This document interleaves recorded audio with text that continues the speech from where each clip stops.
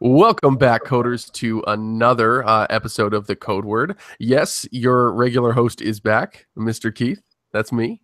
And we have guest Dylan, who's not really a guest. I'm a He's the other guest? host. Oh, man. You're a special guest. You're a super special guest. But yeah, this week we're going to be talking about a number of things. But before we get too far into the episode, I wanted to just kind of mention all of the ways that you can interact with us, right? We've got Patreon, which is the big one. If you guys want to get your own audio, feed of this podcast, you don't have to watch the videos all the time, which I know is kind of a hassle sometimes. And many more perks. Our Patreon page has different levels of donation that you can do to kind of get into those perks and stuff like that and become like an official coder, which is pretty cool. Additionally, we have a Twitter page, which is just at game K_KOD3. So game _KOD3. Dylan, you have a Twitter page. I am at Delightful Dylan. That is correct right? this time. That one's correct. If you had the old one, you got some random guy. So sorry about that. Dylan's Dungeon might be a creepy place. Don't go there. It's a good place if you're into that kind of stuff. If you have a red room at home, it might be your alley. Otherwise, I have an at Real Keith Martin. Just go by Game KO though on there for the name. So if you get see that, that's me. And then our Facebook page is facebook.com/gamecode. Game KOD3 as always, just how we normally spell it. But that's pretty much every place that you can go ahead and follow us. We do update like what we're up to, when our live streams are coming. And for this weekend, especially if you're interested in finding out more about what we have going on, that's super important because Dylan's going to be up to a lot of that. So we appreciate it. If you have, without further ado, we're going to pass it off to Dylan for the code word. Hey, so this week's code word is hangover because we seem to be in that post E3 hangover phase where we had all the fun, all the excitement, and then there's been nothing. No, there's been a few small things, and we'll talk about here in a few, but nothing crazy because it hits such a peak, it has to drop. So the hammer has dropped, and we have been banned. Like falling off a cliff. Exactly. But don't worry, we are going to be interesting this week. We're going to come up with some cool things to talk about. Specifically, we'll start with what we've been up to, what we've been playing. So I'll kick it to you because I think you've been kind of introducing the most new games to the channel, but I wanted to hear kind of like everything you've been up to. So what's going on with you? So this week we fired up both videos that I put out this week were new starts to some meat and potatoes, some of my Let's Play series. Doing for the throwback, we're doing Fable 2. I already have a few of those shot. Going to be shooting some more. It's been fun. I haven't played Fable 2 in a while. I picked up that as a backwards compatible game during that big sale a couple weeks ago when they pushed all those titles. And nice. I mean, it's a great game, so I figure why not go back, replay it. It holds up so far, so good. So selfishly, I'm kind of watching you because I never beat Fable 2, and I don't remember it almost at all. Yeah. So I'm enjoying the hell out of that. Well, we have Fable 2, and then so we're gonna run through that one, and then I have Halo Wars 2. So it's the week of the twos or the month of the twos, I guess. And go ahead. So Halo Wars 2 put out the first part of that today. Today. Nice. And, so hopefully everybody got to check that out. There'll be roughly 10 parts or so on that one. We're trying to push it out fairly quick, like start coming out with 2 parts a week or so. So it's not going to be drug out.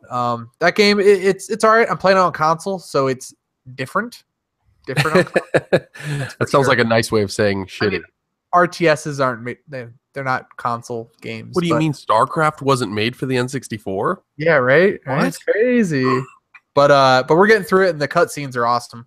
So we're gonna finish this up, and then I'm gonna have put together a little review video after I finish the campaign. Nice. And I'll have another little special video that I'm piecing together right now. Very cool. So that's pretty much it, Let's Play wise, and then stream wise. Started up doing a 7 Days to Die stream. Yeah. So that's been fun. I've been playing with shout out to Flame in the comments. Thank you for watching that live stream. Yes. And but yeah, I've been playing with Buglet in that one. Tonight we just streamed right before this podcast actually, and we got closer to the first Horde night. So tomorrow we'll be getting into the first Horde night. So we're excited. And then Halo 5 Guardians, still pumping those out. Going to do a few streams in that this weekend. Probably going to be with HHS Hockey. Yeah, we'll be on tomorrow. So yeah, we'll get some some streams. streams. But if I do, and there's I'll a new yeah. And there's a new playlist we'll talk about here in a few. I want to bring up. It's been out for about a week now, so talk about it. See what's nice. No, honestly, like I think Halo 5's been the surprise for me. Like I obviously played the campaign. I think you played the campaign, but we hadn't touched it since launch, right? That's fair to say. I played the multiplayer for about 3 matches, and then I haven't touched it, and that was it. Like like I was just done, and I don't know what it was. Like I really liked that game. I thought the campaign was good, but we're kind of having like a little bit of a re-falling in love with that because it's just fun. It's not really super competitive to me, at least not with what we've been playing. But I'm sure there's some sections of it that are. We've been playing the Action Sack playlist. Fucking sack playlist ever. Not the most serious of playlists. No, it's the most serious of playlists. Don't fuck with me. Yeah, right. When we get a good game of what's it called? The Grift Ball. Rift Ball. Rift Ball. Yes. Yeah. My competitive spirit comes out for sure. Yeah. Until we play fucking golf. And then it's been kind of and then we play golf and you fucking rage. Oh my god, I haven't seen that yet. You definitely need to tune in.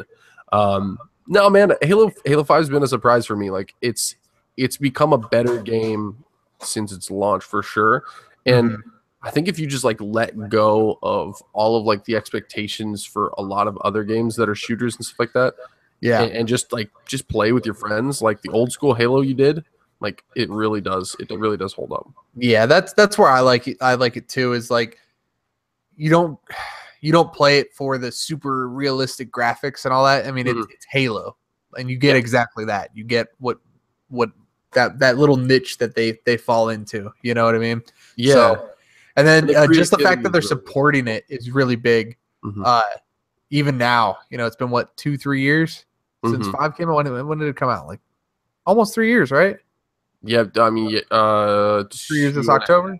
I think I'm gonna have to look that up. I know what you mean. It's been a while, all right, and they're still supporting it, man. I'll just jump into the game type that they put out. So this came out on the 14th of this month. They pulled it out for Flag Day, which was last week on the 14th, and the playlist seems to still be up, so hopefully it hangs around. It's called Castle Wars. Whoa. And yes, so if you haven't seen this, it's wonderful. So there's like 2 different maps, I believe. The one, it looks like medieval castles, and there's a ramp in the middle, and you literally just run at each other. It's kind of like Husky Raid. Remember Husky Raid? Yeah. Oh my God, so fun. Yeah. But yeah, it's different because you're on warthogs and mongoose. Okay. And you're just fucking ramming each other off these things. So it sounds amazing. Yeah, it seems cool. There's warps on some of them. It looks like I'm looking at it right now. There's 4, 5, 6 different variants of it. Each one has a little bit of a difference. Some of them are super basic, like the medieval looking one, and then some of them have warps and stuff. So it looks like a fun game type, and me and Hockey are going to check it out tomorrow. Hopefully you can join in if that's possible. Yeah. But we'll see, man. It looks fun. But yeah, just them putting out anything, at this point is fantastic that they're able to keep pushing out stuff to the community instead of just minor patches and stuff like that. For sure. And so I looked it up. It's been 2.5 years. Yeah. It came out in October of 2015. So 2 years, I guess, just about. Yeah. Like that's a long time for a game to be supported, and it's not like a Destiny type game or anything like that where it's like it's online competitive multiplayer. Like the only other game that really gets that kind of support is COD if the game blows up. You know what I mean? Yeah. So that's kinda cool. And it seems to have, at least the people that play it seem, even when I play it on my own, not on the stream, like the people seem to be, you know, more involved in the game than if you play like a 2 or 3 year old COD. They might still be playing, but it's because they are like 8 years old and they just got the game for Christmas. You know what I mean? Like, yeah, they're still in don't know deep. what they're buying or some shit. These are the hardcore fans that are left over on Halo for sure. Yeah, exactly. Like, yeah, they're not going anywhere. So And they care. It's a fun community to be part of, I think. Yeah, it's pretty cool. I've been enjoying it. Awesome. Anything else you've been playing that's been a lot of fun? No, that's been pretty much it. Yeah, can't think of anything else. I got some other games. I still gotta finish up ukulele. Still, you know, I'm getting through it. God, finding the I want it to be better. It's not hitting the marks that you're hoping. It hit the nostalgia marks, and then that wore off, and then I'm just like, you know what? This could sit on the shelf for a little. Oh, that's a shame, man. Yeah, we'll see though. I feel like Mass Effect did that to me. I'll finish it someday, but I have no desire to go back and play it right now. I finished it. I'm never going back. And I haven't, and I still don't know. I'm still like, I don't know if I want to. Like, it's Witcher is following me a lot more. But honestly, since you started playing The Witcher, finish The Witcher before you finish Mass Effect. Yeah, well, that's a whole project in and of itself too. Now I'm playing Zelda. I'm playing Witcher. I'm playing. Okay, actually, let's just get into what I'm playing. How about that? Let's do that. The games that I've been playing before I get too far down the Witcher and the Zelda rabbit hole, which are obviously like at least the Zelda is one you can watch on the channel, and I have quite a few episodes in there where we're starting to get to that point where that we're making some progress there. But the newest game I've been playing is a game that was originally on mobile, which to most is going to sound kind of like, oh shit, it's a mobile game, it can't be good. But it's called Oceanhorn, and they released it for the Nintendo Switch as from this indie studio. I think it's called Corn Fox and Brothers or something like that. Sounds like a cool indie studio. And like, I'll be honest, I loved it on mobile. Absolutely loved it. I played it. I don't know. I played like 12 hours straight, almost like 2 sittings. I beat that game, and it's like a 12-hour game, so it wasn't like a really shitty, like not worth the $7 or whatever I spent on it at that time with an iTunes gift card. But it came out on Switch, and honestly, like the only complaints I ever had about it on mobile was that it's mobile controls, right? Like touch thumbstick controls are fucking terrible. They're just not good. Luckily, this game didn't require you to be insanely skilled or anything like that. But it translates super well to the Switch because now you have real controls, and it doesn't feel like you're controlling like with like sticky fingers. it's super nice, but it's super pretty. Runs at 1080p 60 and everything like that. So it's like, I don't know. I'm having a ton of fun. It's kind of like a Zelda clone, top-down Zelda clone. Yeah, I checked it out. I haven't played it yet, but I checked it out when you told me about it, and yeah, that's the vibe I got from watching videos and stuff on it. I'm not 100% sure it's worth $15 if you've played it before. But if you haven't played it and you're into Zelda, especially like older school Zelda, mixed with a little bit of Wind Waker, then it's going to be like right up your alley. Again, when I say Wind Waker, just because of the style in this, more like the sea relationship. That's about it. It's mostly like more like I don't know, Links to the Past sort of kind of thing. But anyway, it's pretty good. But that one I've only gotten a couple hours, or like an hour in or something like that. I'm not in a rush to beat that one because I've obviously already beaten it. It's been a while, but it's nice to get back to it. ARMS is the other one. Oh yeah, this one's the big one. I've been playing the fuck out of that. I don't know how many hours I put into it. It has so many different levels to it, right? So this is the surface level that my mom can play it and be good at it, right? Yeah. If you haven't watched it yet, you should go watch that My Mom Plays episode because it's fucking funny, and she actually really enjoyed it. Like, it's her favorite game yet that she's ever played. Like, she's a harsh critic. Yeah, man, she gave like fucking Minecraft like a 2.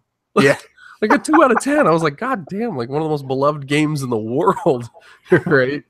Trashing it, but yeah, I mean, partially that's just because she doesn't understand the games, but with this one, she really got all of it. Like, she went through that training thing and immediately was like bobbing and weaving and fucking right hooks and stuff like that. And she was like super into it. And I was surprised. So there's that level where it's like anybody can pick up and play it. My dad played it. My mom played it. Like, Ava probably could figure it out. My daughter, 2 years old. But then you get to this next level, right? So level 1, cakewalk, like so easy. It's like almost like, oh shit, I did baby mode and I shouldn't have. Then you go up to level 4, which is where the real difficulty is. Like that's supposed to be the standard level. Like under 4, you don't even get the real final boss. Oh, So really? an extra final boss that you don't ever see until you get to that difficulty level and beat it with that person. I got to level 4 and I streamed it if you guys hadn't seen that one. And I probably got killed by that, beat by that last final boss 50 times in a row. It's a rough I life. got some lucky ass shit. And that was level 4. There's 7 difficulty levels. That shit goes 3 times harder than where it was at. Yeah, it's amazing. And so I recently tried with my best character, the one that I'm getting really good with, that I can beat most people online with, on doing level 7 difficulty. And holy fucking shit, they're predicting things that you're thinking about 2 moves ahead of you. Like they're figuring it out like before you can even imagine it. You throw a punch, they immediately block it with the right thing. You throw a grab, they know that you're going to grab, so they dodge, so they hit your punch out of the air. Like it's unbelievable. There's a ton of depth. So obviously it's got the standard like fight game mechanics where it's like punch or block beats punch, punch beats grab, grab beats block.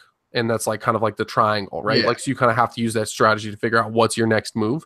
But there's also this like spatial awareness in this game because your arms go so far, but they don't go forever. So you kind of have to figure out like how far can I be without risking getting hit really hard by like a super strong arm, or how far can I be where I can't even reach them myself.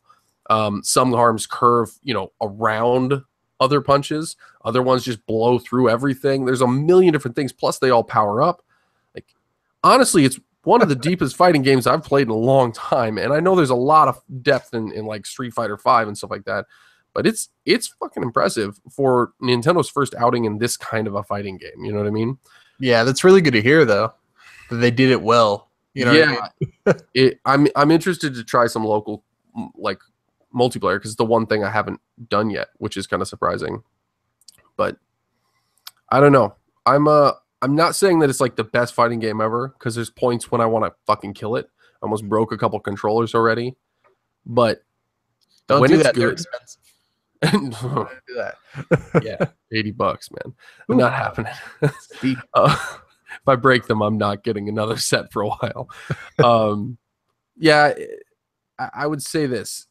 Like when it clicks, when it hits that like high note, it holds it there and it like just keeps going at that level for a long time. But when you get into the low spots where you just hate everything and everything is beating you, it is the worst thing. You have to separate yourself. I literally put it down for 3 days and didn't think about it one time just because I was just so fucking mad.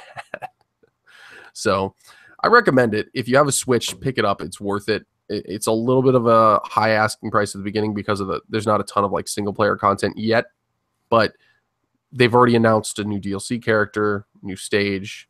Oh, wow. And that's going to be happening in the next month. So I expect they'll be updating this a lot. Like Splatoon, the first one had, I don't know, 3 times the content by the end of it. I expect that's going to be the same situation. So it's worth it to get in. Now, is the DLC character, that's all going to be paid? All free characters? Free. All of the DLC is free. That's wonderful. Yeah. It's one of my favorite things about Splatoon, and I'm so happy they're applying it to ARMS. I think it's a great way to get really people good to hear. in. Yeah, it's a new IP. Like, how are you going to get people to trust them? Yeah. Like, trust Even it. Old IPs, I feel like they should be able to do that successfully. Like, like Grand Theft Auto 5 or Halo 5, like, maybe it's just the 5s, but it's all the 5s. They do all the like badass with an S player updates, the 5 free, and it's totally worth it. Like, they get their money back in the long run with the microtransactions and shit, which almost any game can do tactfully. Like, they could throw microtransactions in somehow, as long as they're not game breaking or pay to win. Like, I don't care if they're there. Yeah, for sure. I agree. I don't mind when people ask for money for DLC. I think it's smart when a company doesn't on their first iteration of a game. Let's say the first time they've ever introduced this concept. It makes sense. Like, teach them why you should be willing to pay in the future. Like, I'm not going to get upset if Splatoon 2 started asking me for money for DLC, because I know the DLC in 1 was incredible. Like, it's not going to, because Nintendo's not really about that. They never drop their prices on the actual copy of the game. So it's like, Nintendo, why not? Yeah, they're like Harley Davidson. Their prices never drop. Right? Oh my god. It's so true. Doesn't matter how old that game is. Smash Brothers still $60. Fucking Mario Party, any Mario Party, like $40 plus, regardless of which one you're talking about. Don't try to buy like Mario Party 2 or like any of the GameCube ones. Oh yeah. Holy shit, they're like $70 online. I got all the N64 ones. Yeah, people are always trying to get it off me. Dude, can I have it? No. Oh, you piece of shit. I thought we were partners. Yeah, right. Fuck off, man. Fuck off. Come over and play. Yeah, well, that sounds good. I do need to visit you. That's something we need to do. There we go. Well, cool. That was got stuck on ARMS there for a bit. There's plenty more to talk about. I'll probably be doing more videos on it, and more importantly, I'll probably eventually do a review. I'm about to leave town for about 2 weeks, so expect that when I get back, which will give me a little bit more time with it. I'll be able to play with my cousins and things like that, and some people that probably wouldn't have given the game a chance. I'll try it out in New York. So when I get back from that trip, I will definitely let you guys know and kind of give you a wrap-up video on what I think about everything. The last one, I've been playing a little bit of Minecraft with Adam. Adam's been kind of showing me around his world a lot. He's been doing so much. I can't even believe it. I didn't know there was that much stuff to do in the game. Oh, yeah. Like, he has tunnel systems that go for miles. He has fucking mines that, like, I swear to God, mine themselves. I don't even know how he's doing it. Like, it's crazy. No sleep. That's usually the key to those games. He hasn't even had it long enough to put that much time into it, it seems like, but apparently he has.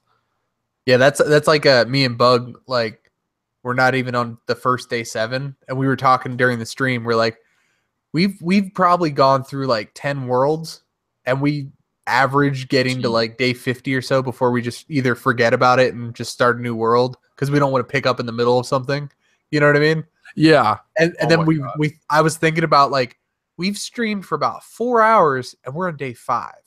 Like, so we definitely got our $30 out of that game just because, like, the time it takes to do anything. Like, dude, I don't think there's any way you couldn't get your $30 out of Minecraft. If you really set your mind to it, you can definitely get, like, just in time alone.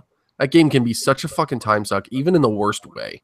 But most of the time, it's a blast. Yeah, it's great. I enjoy the boring shit, so it's perfect.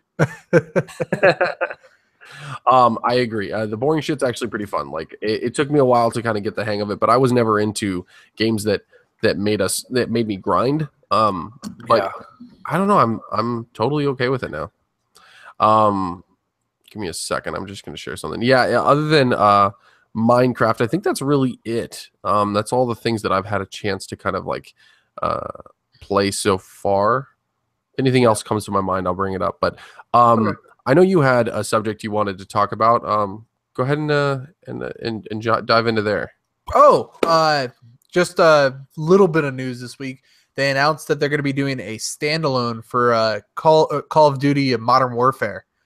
That was the one they remastered, but they tagged it on to Infinite Warfare, and honestly is like a big reason why that one sold so well. Right. But you had to buy it wasn't even the normal copy, like, oh, you just get it for free. It was like, I forget what they called it, but it was like $85 or $90 for the copy that came with Modern Warfare. Seriously? Remade. Yeah.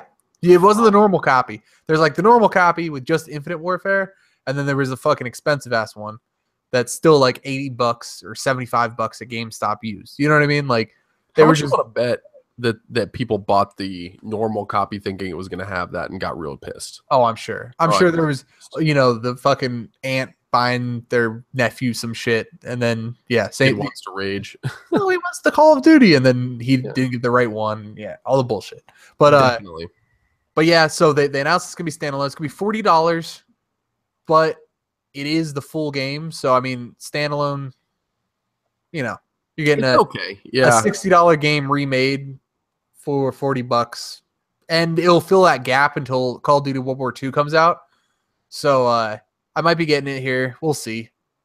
Yeah, and I will say this. I mean, it's a really, really good game that looks like it had a really, really good remaster. So Oh it's like yeah. they didn't just push out an up-res version of the old game. They redid all the assets. They tweaked some systems to make them a little bit more smooth, so that like a lot of the things that were rough around the edges are not. And so I think that if you were into the first game, it's definitely worth it. But $40 is a lot of money. Like, I mean, for a game that was released so long ago, when you're pumping out a new one. I think even though it's only a $10 difference, I think 30 would have been a more appealing price point. Just because then you just, I don't know, 40 feels like a brand new indie game. They seem to be pushing the new ones out at 40. Yeah. But it's like that's a brand new game and this is a remake. Like they should have dropped it a little bit. Yeah, exactly. I agree. Yeah, and even the $40 price range is like for bigger indie games too. So Yeah. it's like, yeah. It's not even just you like don't the see little many. one. You don't see many that are they either at the full price or at the $20. Exactly. No, so that's a good point. I mean, I think that's a cool idea, like that they finally released it as standalone. I think it's a little late. Yeah. If they had done this as a standalone instead of a pack-in, it is. But when you're in the when you're big into the multiplayer on that one, in the COD world, I guess, it seems like this time of year is when people start like falling off because the last DLC typically has come out because they have the scheduled 4 tip usually. So it's usually when like people start like, all right, I got what I wanted out of the last one, and then they just vacate until the new one comes out in November. So this might give them that little boost, and I don't think they really need the hype though. That's the problem. Like for the new one, like they don't need the hype. Yeah. I don't know what they want. Maybe they want their servers to look busy. they want the money. Like, yeah, they want the money. Let's not comes out of this. Right. And honestly, if they wanted more money, they probably should have done it as a standalone with Infinite Warfare. But you were right. The one thing it did do is it sold Infinite Warfare. Yeah. And Infinite Warfare would have fucking bombed. Yeah. Had they not had that game with some of the copies. It would have been the only reason I would have bought Infinite Warfare. But thankfully, I was stubborn and didn't do it. You're a good man. Yeah. You waited. And now you will be rewarded with a much better Call of Duty. There you go. No, I can't wait. The code word is duty. I'm just kidding. No, but yeah. So we'll see how it starts selling. It hasn't even been out a full week or anything, so we'll see. Yeah, it'll be fun to see. Is it digital? I thought there's a digital copy, right? I think it's digital only. I could double check that. I thought they had a physical copy, but I might be wrong. Cool. Awesome. Well, then the next subject I wanted to bring up and kind of go over with you was super near and dear to my heart. I don't know if you got a chance to watch some of the footage, but Beyond Good and Evil 2, Michel Ancel actually released his first developer diary. Not really developer diary. Actually, it was kind of like a behind the scenes thing, almost like what No Man's Sky was doing when it got announced, where they would do these playthroughs as he walked through kind of like how the engine works and how everything is running and what you can do in the game. It's 14 minutes, and it actually showed like footage of the engine running, like the actual game running to some extent. It's super early. You can tell this game's 2 years out easily. Maybe a year and a half, like if they really push it, but I hope they don't. No, yeah, I think they should do it well first. But holy fuck, man. If it's what they're showing, this is the game I've been wanting forever. First of all, nostalgia factor. Beyond Good and Evil 1. Obviously, I'm playing that for the channel. You can kind of hear when I'm playing it how much I fucking love that shit for some reason. Still love it. Storyline, the characters, everything. This one takes that and then rips the Band-Aid off all the invisible walls, and there weren't that many. I'll give it that. For the game at the time, it was pretty open, but all that shit where it was like limiting and stuff like that and corridory, all gone. The whole concept here is scale. They want to compare it to being, or they want to kind of create the feeling of you being able to be in these super densely populated cities, climbing up giant like mountains of towers and stuff like that, getting into your ship that can go into a bigger ship, which can go into a bigger ship, and like that whole thing. I was excited just to see the jetpacks. Like, yeah. Well, yeah, the jetpack is like a basic thing. That sounds amazing. They have like speed levels and shit on them, so like, yeah, I love customizable things. So, dude, and get this, you're actually creating your character in this one. Yeah, I remember you mentioning that. That'll be really exciting. Yeah, so it's and you can play online. Oh, really? Huh. Okay. He's mentioned a couple times that the game will feature up to 16-player multiplayer potentially. Wow. Online. And so I don't know what that means or how that impacts things. I'm guessing it's going to be kind of like a play together and not so much cooperative, but like just play together alongside each other. You can probably meet up and do missions and stuff like that. But for the vast majority, it's more like we're playing online and just kind of like enjoying the world together. I don't know. It's so early on.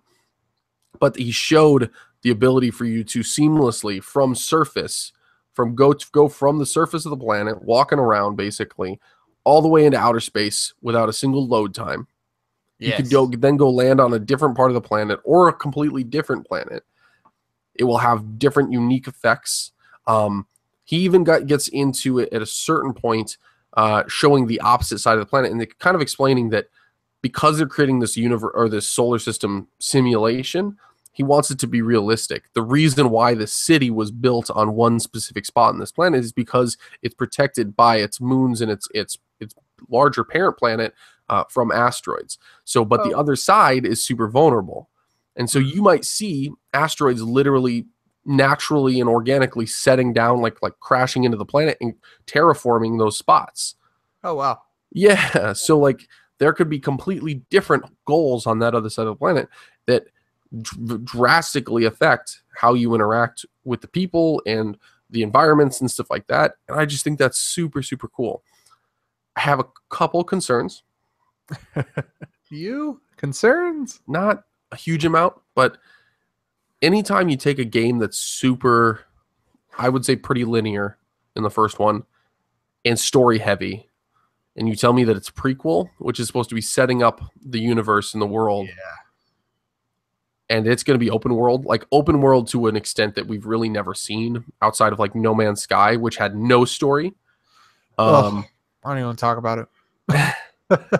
Then like it makes me a little nervous that we're going to lose some of that. Now, Michel Ancel has never let me down. There's not a single game that he's made that I can say is bad. But I will say this, I still get nervous that everybody's jumping on this open world bandwagon just because it's novel. Just like the overdone level of shooters kind of like became everything. Yeah. And then you can kind of see only about 2 or 3 survived. Yeah. I worry that open world is going to be the same thing. Only about 2 or 3 are going to survive, and we'll find out which ones those are. But in the grand scheme of things,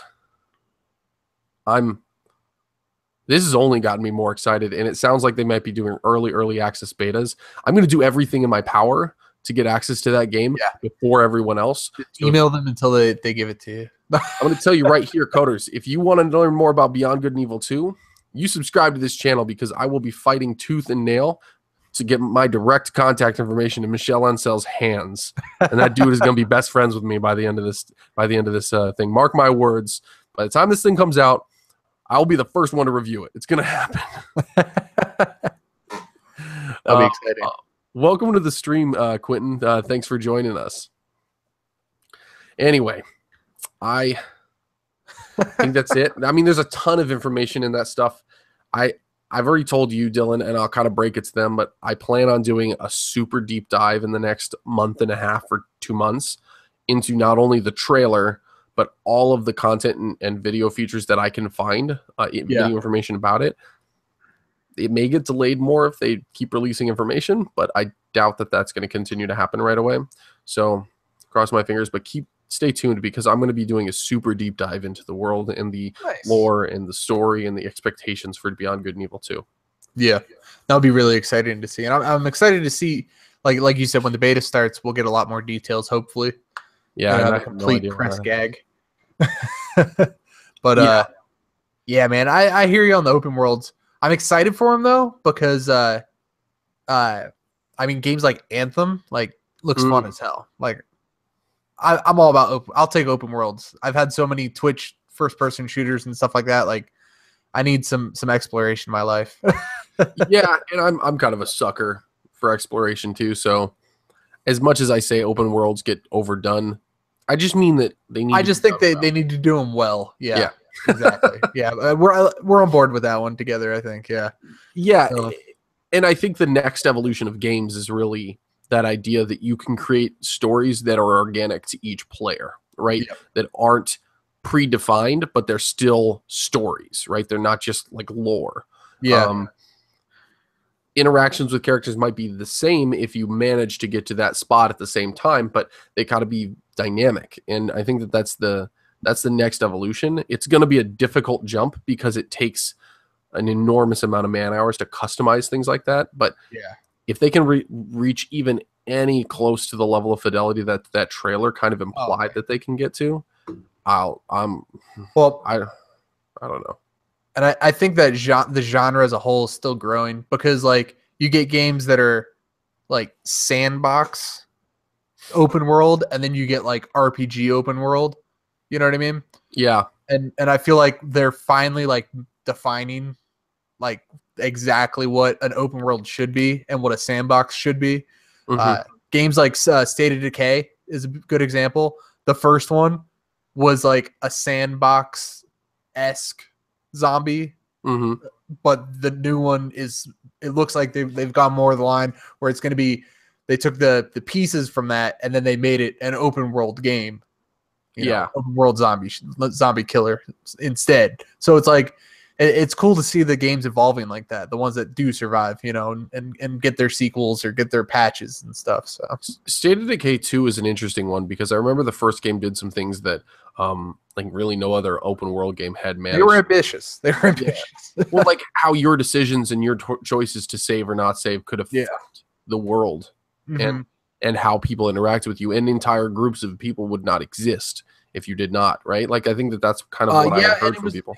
And then just your base as a whole, like if certain people died, it could really hinder your base's growth or even their survival. So like, and you couldn't always pick up the slack, and like there wasn't always like, oh, just go do a side mission and you'll save everybody. Sometimes it was like sometimes it was like so and so's sick and your doctor died, so now they're dead. You know what I mean? Like yeah, shit I like hear that. what you're saying. And I feel like in the new one that hopefully they have some solid that they can put some story to it, because I think having those pieces are good, and just being able to put a story to it will make the game just so much better. So yeah, I agree. And from what they showed in the trailer, while it still looks a little bit held back by the fact they're an indie developer with really big goals, just visually, and that doesn't mean that it's going to be a bad game. I want to make sure I like games that are unattractive, so it doesn't have to be attractive in order for it to be a good game. But what it does look like it does is it kind of takes the feedback from the first game and ramps it up from there. It was a weird choice because that one got revealed in the Xbox conference. I think so. Yeah. I believe. Yeah. It was the Xbox one. Yeah. It was a weird choice when they're trying to push like graphical fidelity, but to like hone in on it. But I thought it was cool that they did that. I think that they were, and I think the reason it was incorporated in that is just going to be the scale of the game, because the first one was a large game, but it wasn't finished. Like they straight said that it wasn't finished. Yeah, so, it was released in alpha and never. Yeah, and then they said this one's supposed to be even larger than the first one was supposed to be. So if they actually use all the pieces of the map, don't have much of dead space or just don't finish the game, that they'll be able to like really have a large scale, zombie open world game, which I mean, it's just not out there really besides games like 7 Days, but that's more survival based than, story driven and stuff like that. So yeah, man. I think that's another good one to keep an eye on. Lots of potential there. The game that I'm actually like kind of super excited about, and I don't know, it's coming to Xbox One as well, I'm hoping. Player Underground or Player Unknown. So we talked about that last week. Yeah, I was watching it, and Yeah. that's what got me hyped. And then I watched some footage, and I'm like, "Fuck, this is cool." Yeah. So what's the name again? Player Unknown's Battlegrounds. Unknown Battleground. Yeah. Yeah. Players Unknown Battleground. Yeah, players. It's weird. But yeah, and I think we hit some solid points where it's going to be, especially on the Xbox One X. I feel like they're going to be able to get exactly what they need out of it because it's concept popular and not like graphically. You know, they're not pushing graphics. They're not doing all the craziness. Yeah, it looks fine, but they're still pushing because it's a large server or large lobbies and stuff like that. But I think it's going to be totally doable, especially on the Xbox One X and the PlayStation Pro. Like, I just think that it creates such a cool environment for that feeling. You know, that competitive feeling. It kind of reminded me a little bit of like what the Division was trying to do with the Dark Zone, but like failed in a lot of ways. This looks more like it's focused, right? It's focused on that one PvP aspect of it, right? Exactly. And that's what the Division never got. I wish it had. But also much more open environments, much more survival mechanics, that like raw survival mechanics. So you start with 0, right? You have everybody starts with no weapon and like basic clothing, no armor or anything like that. So you're collecting armor, you're collecting weapons, you're collecting attachments for the weapons. I mean, simple things like finding a scope can turn, you know, a rifle into practically a sniper. And if somebody doesn't have a scope, like you 100% have the advantage if you know what you're doing. You know what I mean? Yeah. But you also don't set yourself up to get stabbed in the back. Yeah, exactly. You still have the ability to get too much tunnel vision, and then somebody comes up and fucking cuts your head off with a machete. You know, so there's always those aspects, which is the best part, because I think that playing it with a group of people is going to be wonderful, because you're going to be in small groups of like 4 or 5 people, and I feel like that's where we're really going to see the game shine. Not so much the lone wolf trying to take on 99 other lone wolves. I think it's going to be the smaller groups where people know their roles and work together and treat it like a combat, like actual combat. And I feel like that's where it's going to really grow. And I mean, it just has so much potential, you know? Yeah. And I think the concept of resetting people back to 0 every time a match starts is the thing that will level the playing field for even newbie people, because like anybody can get lucky and get the best weapon like right off the bat. Like they can get lucky. Like it's not going to be in the same place. The layout's going to be different. So nobody has the advantage. It's not like an RPG that happens to also have online, like Dark Zone and the Division. I keep bringing it back because it's comparable, but not the same. Those people would get so leveled up and have the best gear possible, and it was like glitched basically to the point where it was like, even if you were really good at shooting them, your shots did not enough damage. And so, whereas this, it doesn't have that problem. It's skill. It's based on skill and intelligence and like thinking through a solution, and sometimes luck. Yeah, and I think that's cool. I like that they have that. It's typically around, I think it's like 45 minutes, and it'll go down to like a 10-meter area, and there'll be the kill bubble will slowly move inward, and I like that it creates that sense of urgency, and it makes you not just sit in camp. Yeah, you won't have the asshole that just hides instead of plays, and it tries to turn it into hide and seek. You know what I mean? And then on top of that, they have the artillery strikes. So I mean, if there's artillery strikes, especially at the beginning, if you're trying to move a lot and go between houses in areas to collect, your gear, and you get caught up in an artillery strike, I mean, you got to make those decisions. You get inside and survive. You're going to try to dodge it. It's nice because you're working with enough time where you might not want to take that risk because you already put 15 minutes into the match. I think it's cool concepts that they're working with, overall. Yeah, for sure. Like it's a surprisingly good concept and executed well. There's this great GIF I saw, or maybe it was a video, I don't know. And it basically was just titled like, "This is why you always check the back seat," because this guy's camping behind a vehicle that's unmanned. Oh yeah. And this other guy comes around and gets in the vehicle, and so he hops in once that guy starts driving and just wrecks him, Yeah. right?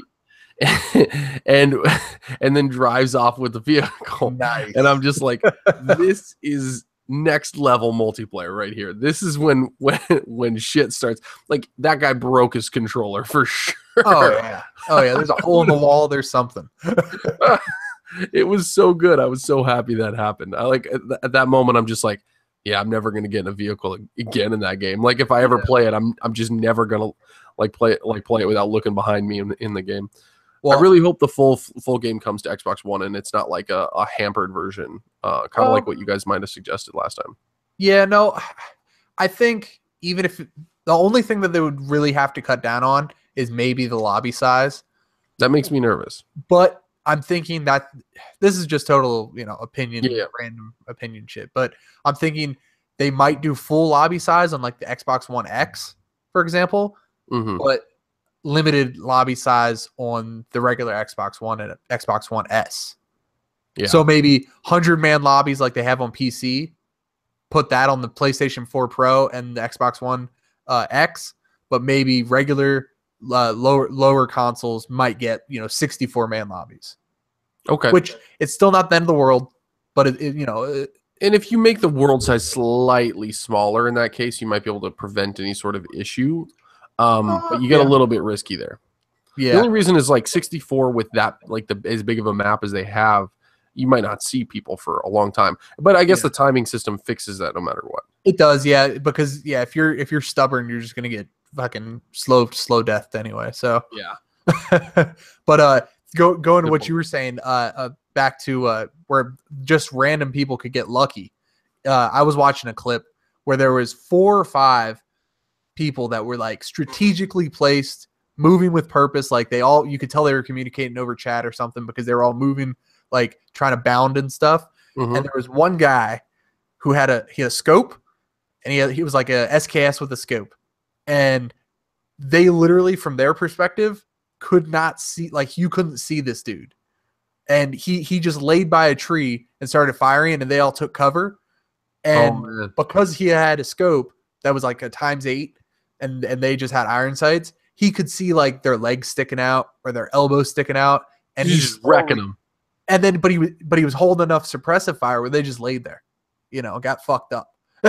Wow. So like like you said, like you might even be a well-oiled machine with your 5 buddies all doing what they're supposed to. But one guy gets lucky, it could balance it out. But it could go the other way too, and you could get it, and then you're a well-oiled machine with a fucking sniper. So this is kind of like classic Saving Private Ryan guy in the sniper tower. Yeah, scene, right.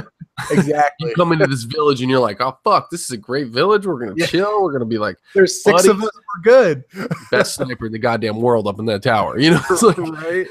You better hope you can just get. It gives you hope if you are the lone wolf, because if you know what you're doing and you do it right, you can make it work. And people panic and they don't adapt, and then they die.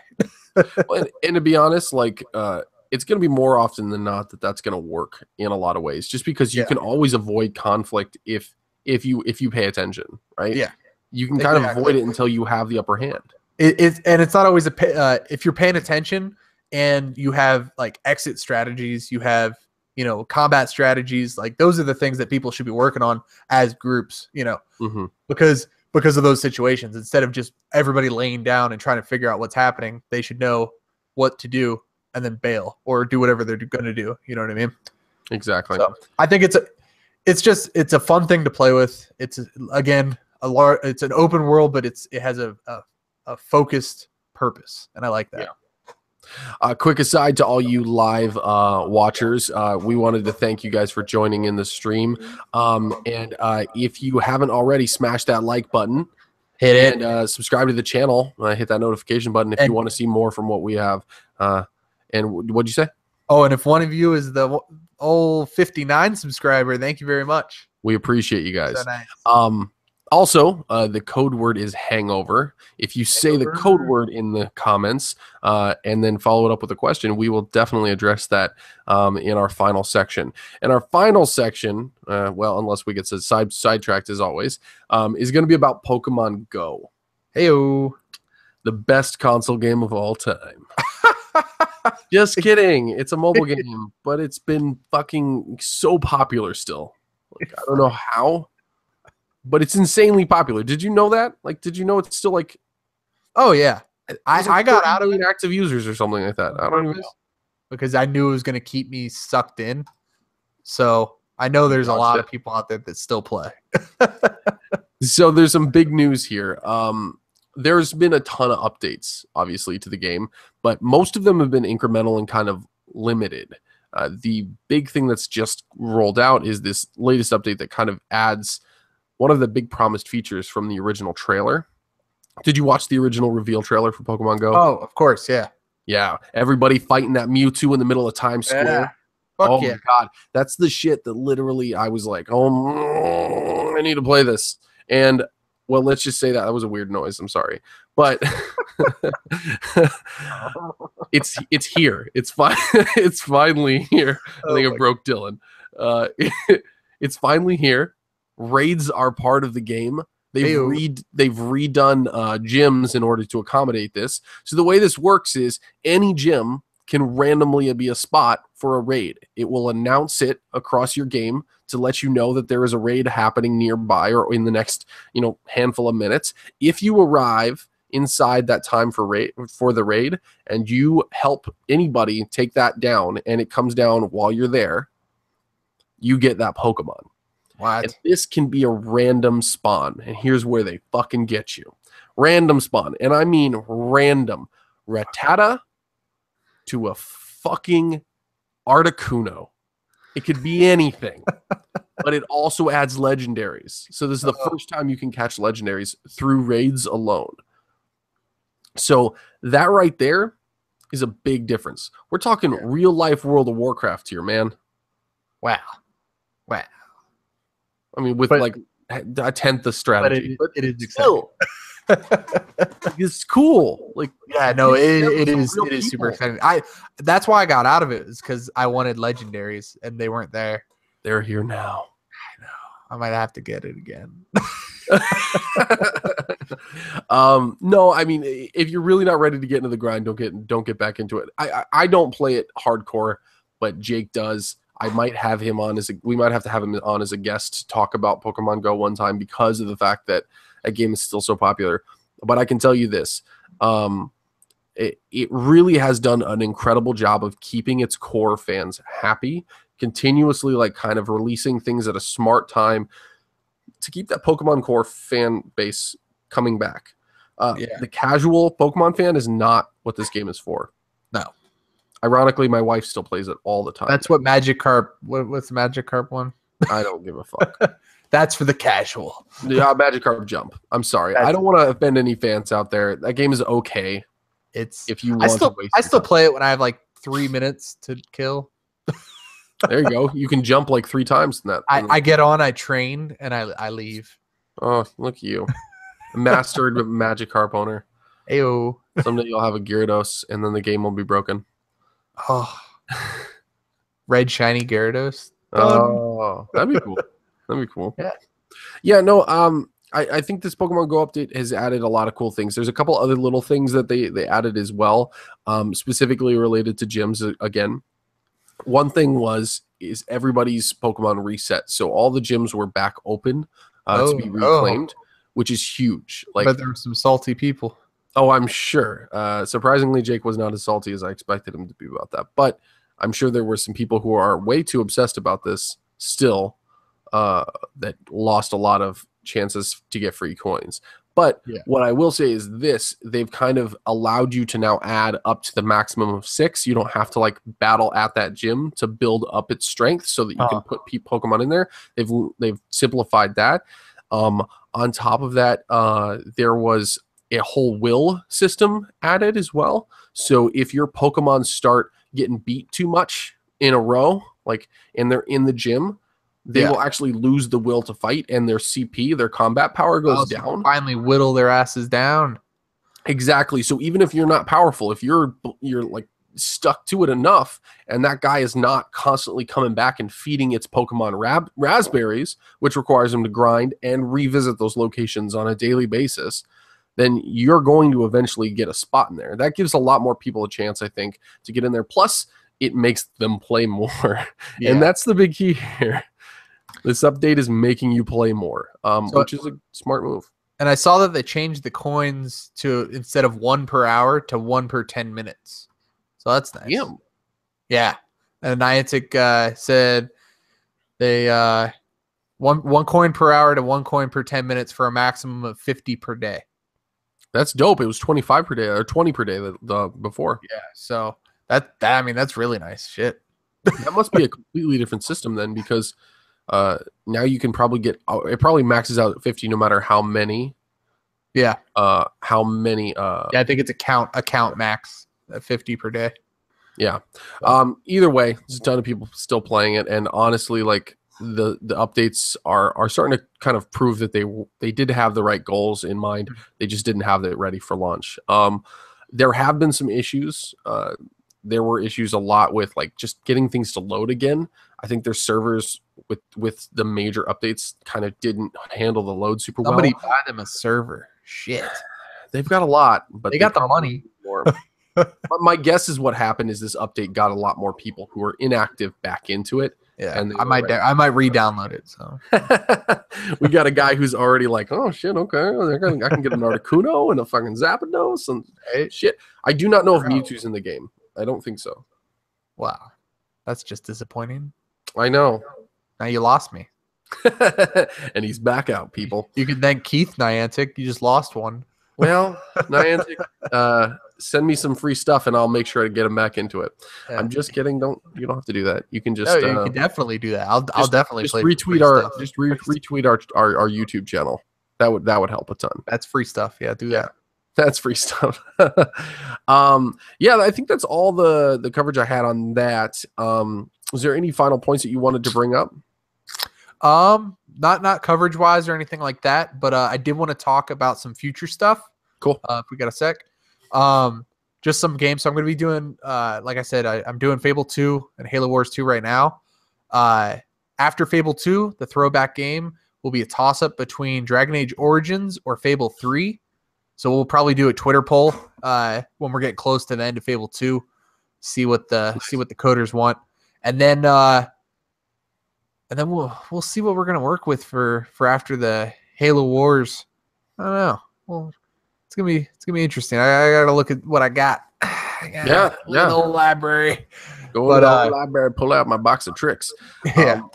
But then I also want to be doing, at the end of each one of these Meat and Potato Let's Plays, start doing review videos. And I know you mentioned doing review videos for upcoming games and stuff like that. I'm going to try to give it a full shot in whatever the campaign is in the game. And then I'll do a review video. If it's a game I've already played, obviously I'll give it, my multiple viewpoints from different play times and stuff like that. But yeah, so those will be exciting, and hopefully we can get some good little clip compilations of me freaking the fuck out on some of these games. Yeah, exactly. No, for sure. That sounds exciting. Definitely, like the reviews are going to be coming. It's hard to complete games while you're recording them at this kind of rate. So we're ramping up our speed in this process. And figuring out this production a little bit more effectively every single day. So keep that in mind. But I have some reviews coming too. Yes. Obviously, ARMS I mentioned earlier. I will be doing a full review on that. We want to do it a little different. I'm not sure how the format's going to be. We're still kind of, at least I'm working on doing kind of a unique format for that in the future. So stay tuned for that. But I also probably will do some smaller reviews on games that have been out for a while too. So like Beyond Good and Evil, like I will probably do a review video at the end of that just to kind of like refresh everybody's memory. That one will be done not too long from now. I'm talking like maybe in a month we'll finish that entire series just because it's only about a 6 to 8 hour game. So I have filmed about half of the game, or not quite, but close to half of the game so far, and we have those coming out in the next couple weeks, and I'll continue to be bringing that pretty quickly. Zelda's going to take forever. I may never do a review on that one. Just know that I love it, and you should buy it. In fact, if you really want to play it, just fucking buy it. Like, I don't care how you do it. Just find a way. Like, And then play it as they watch you play it. that would be the best way to do it. And like and comments and subscribe, all of those things that we ask you to do a lot. We really appreciate when you do. It really does help a lot. And we're trying to make this a reality. We currently have day jobs, so there's a limit to how much we can do, but we want to bring you more. Like, eventually, I take requests. Full-time job.